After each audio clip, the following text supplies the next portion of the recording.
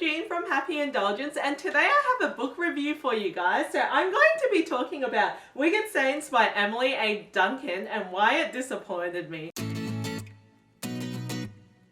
So I actually buddy read this book with my friend Bexon Books. I pretty much failed at my buddy read because I stopped reading halfway and I'm just like, this book is not good. I found it so similar to the Grisha trilogy. In fact, the twist in here was just like exactly the same. And when it got to that point, I'm like, this just reads like a Grisha fanfic. And I was really disappointed because I know that Lee Bardugo recommended this book as well because it does feature Russian-inspired mythology, and that's what I was really looking forward to. And this also like has a lot of misleading marketing around it. Basically it goes, let them fear her, and it's a blood-drenched fairy tale. Basically it does feature a girl called Nadia, and she can talk to gods in her head, and there's like a violent god whose voices that she can hear as well. So that was really interesting, but there was like absolutely no point in the book where you actually fear her. I just don't understand why it was marketed like that, because it just makes her sound like she's meant to be a badass character, but she really wasn't. Well, I started reading this one, I'm like, it's really promising. The world was really fascinating with how she could talk to gods and how she's basically from a bit of a monastery.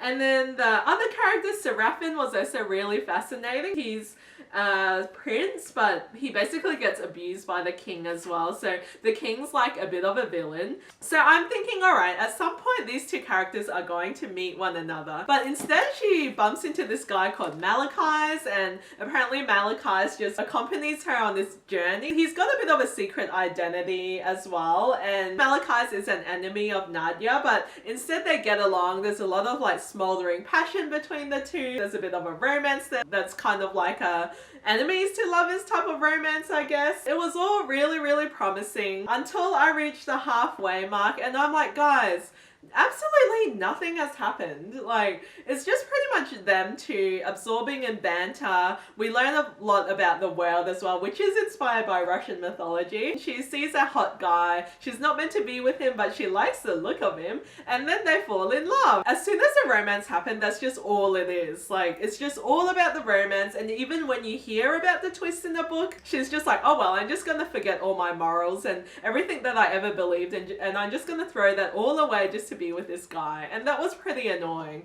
And also apparently they're meant to be gearing up towards a big battle to defeat the evil baddie king, or who is Seraphin's father as well. But there's basically no build up to that other than the fact that he abuses Seraphin. Like, there were just some illogical plot conveniences that absolutely popped up out of nowhere, and it just left me scratching my head. A lot was spent on the world building and the banter between these two characters, which I could absolutely get. But when I read the book, I had to reread a few parts of it, and I still had no idea how the big final battle happened.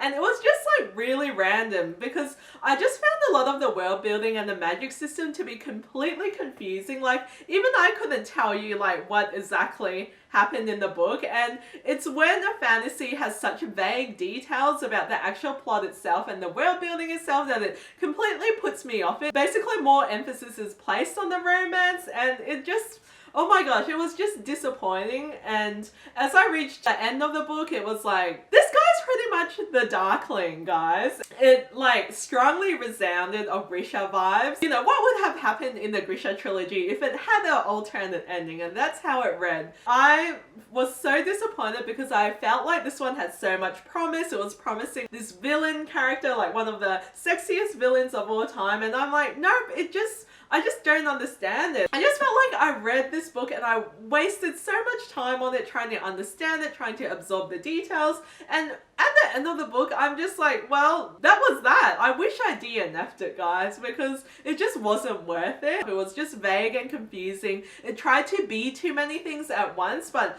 you can tell that the author put a lot of thought and a lot of work into the world building and everything, but it felt a bit more like it was a vague concept rather than something that actually was. There was a lot of telling and not showing as well. Nadia's meant to be this badass character. Malachi's meant to be like, oh my god, the sexy, hot, brooding villain, but I really didn't feel it. I just felt like he was just there. The character I did like in this one was Seraphin, but not much really happened. Their journeys did end up converging, but then he just randomly stumbles in. I am so disappointed in this book. I ended up giving it 2 stars. Anyway, that's all I have to say about it, and I hope you enjoyed this video and my thoughts on Wicked Saints. Give me a thumbs up if you enjoyed this video, leave a comment down below, subscribe if you want to see more. Thanks guys, I'll see you guys next time. Bye.